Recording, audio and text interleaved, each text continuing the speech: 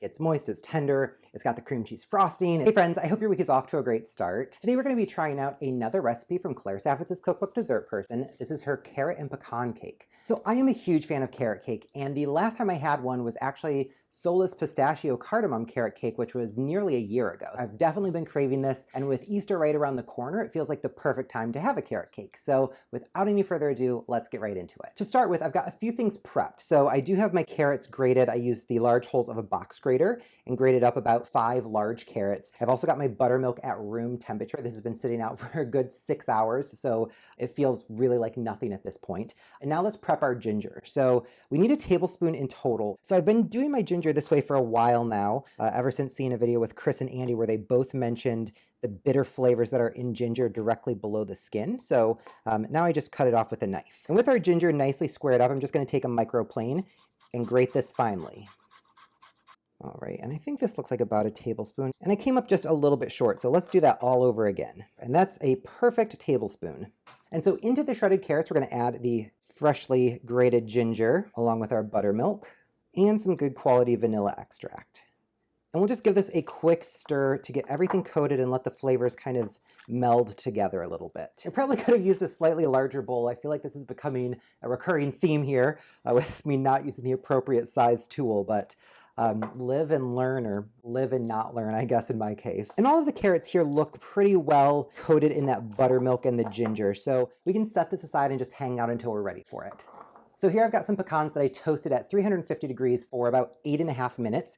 So you can see they picked up a little brown color. I didn't burn the nuts, which is always a struggle for me. And now what we need to do is break these down. So Claire wants us to use a disposable plastic bag. However, I'm really trying to limit my single-use plastics. So I've got a fun idea. I'm going to use these silicone bowl covers and make a little makeshift pouch to break the nuts up in. We're going to take 2/3 of these nuts approximately.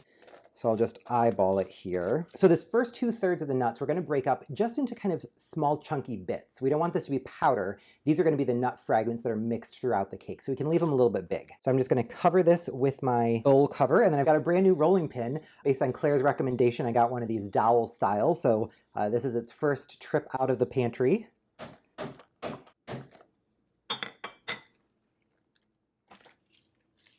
All right. So the texture here is looking good. I'd say in general, small pieces. The largest thing I'm seeing in here is probably no bigger than a half of a pecan. So I think this looks good. And we just pop this into a bowl until we're ready for it. For the remaining nuts, we do want to turn these into a powder. So we're going to beat these up until they're a nut meal. Not quite there.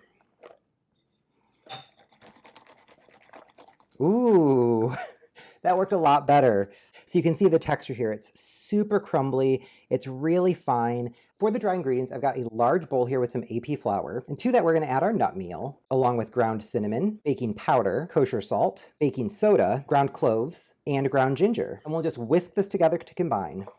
And so since we've got different colored things in with the flour, it's a lot easier to see that it really does take some time to get dry ingredients evenly incorporated.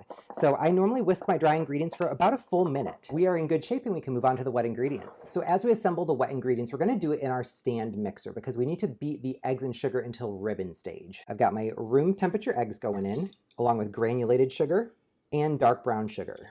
And since we're taking this to ribbon stage rather than just creaming, I am using the whisk attachment rather than the paddle. So I'm starting over low speed just to get the eggs broken apart and get those sugars moistened and incorporated a bit. And then we're going to crank this up to medium-high and beat for about 4 minutes until we hit ribbon stage. So everything's looking nice here and we can crank it up.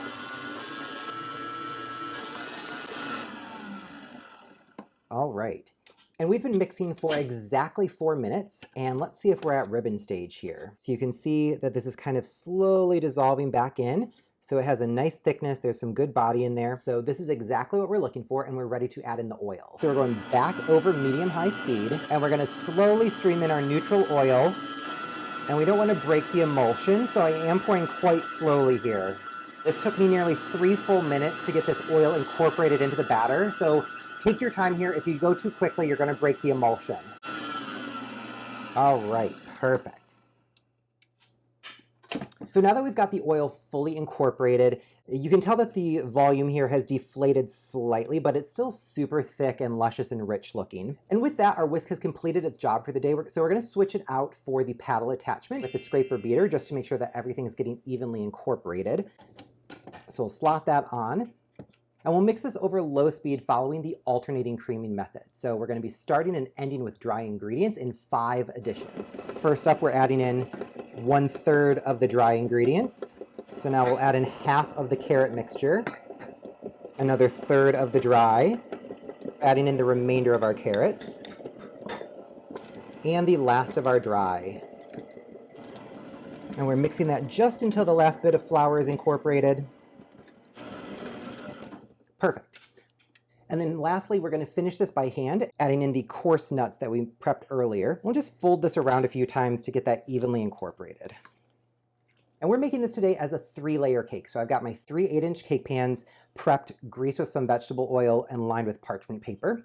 And now we're just going to weigh out the batter to evenly divide it. With the batter divided evenly among the 3 cake pans, we're ready to bake this in our preheated 350-degree oven for 25 to 30 minutes in the upper third and lower third of our oven, and rotate top to bottom and front to back after 20 minutes until the cake is springy and a toothpick inserted in the center comes out cleanly. The cake's baked for a total of 35 minutes. I knew they were done when the toothpick inserted in the center came out cleanly, and the cakes are pulling away from the edge just slightly. So both of these are good signs that the cakes are ready to go, and they are fully cool to the touch. So at this point, we need to get them out of the pans by running an offset spatula or dinner knife just around the perimeter of the pan to loosen anything that might be stuck. And then we'll flip that over and peel off the parchment. Assembly here is going to be a little bit different versus what we've done in the past because we're not going to level the cake. So I love leveling cakes.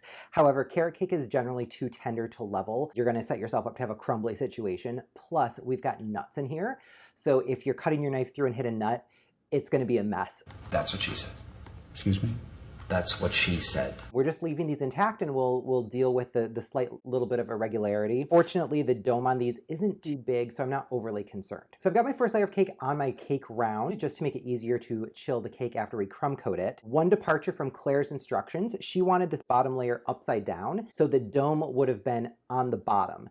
To me, that doesn't really make sense because you want a level, sturdy base. So I'm doing it rounded side up. And with that, we're going to take about 1 cup of frosting and plop this on here. I'm going to be a little bit generous. Claire did indicate that this frosting recipe might leave you with a 1/2 cup to a cup of extra frosting.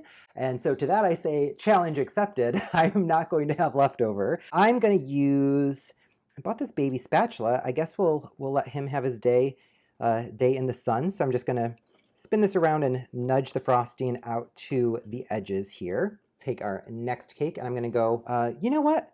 I'm just gonna go flat side down. Am I?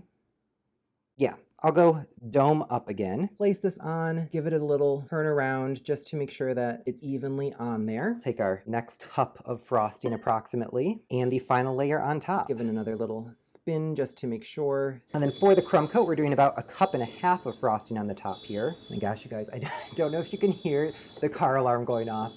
There is a beat up car that parks like 2 blocks from my apartment, and they've got the most sensitive alarm ever. I don't know who would possibly want to steal this car, but they are super concerned.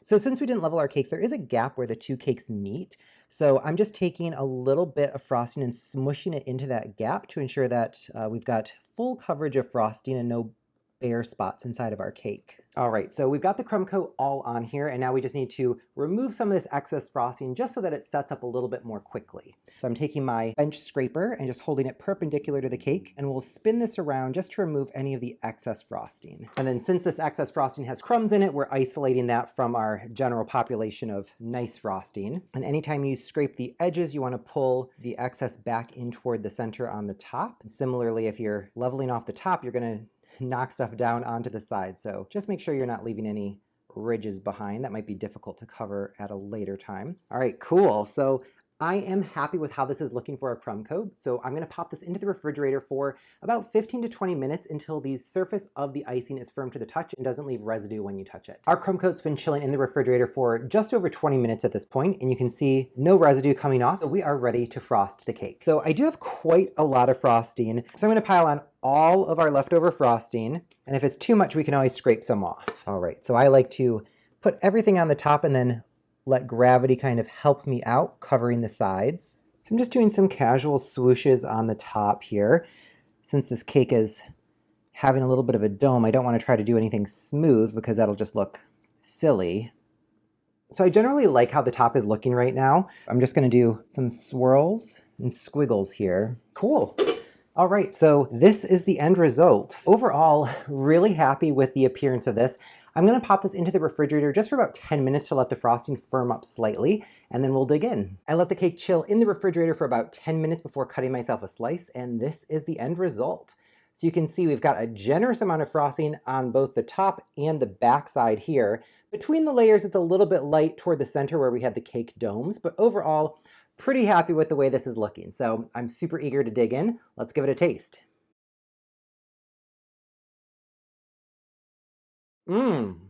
Wow. Oh my gosh. The cake is so incredibly moist. Super, super tender. Beautiful texture. Wow. The ginger is coming through really nicely. I'm getting a little bit more of an aroma of the fresh ginger and a little bit of the taste of the dried ginger. A little bit of a spice to it in a good way. Given the amount of sugar in the frosting, I'm surprised that it's not overly sweet, but I think the tanginess of the cream cheese and the nuttiness of the brown butter kind of help offset that sweetness. The dominant flavor is definitely brown butter. However, when paired with the cake, it doesn't overpower the carrot cake, so you're still getting a nice balance of flavors. So overall, super happy with this one. It's checking all the boxes for what I'm looking for in a carrot cake. It's moist, it's tender, it's got the cream cheese frosting, it's not overly sweet, so absolutely delicious, and I would 100% recommend you give this one a try. So I really hope you enjoyed this week's video. If you did, please be sure to give me a big thumbs up and click subscribe. Thank you so much for watching. I'll see you next week.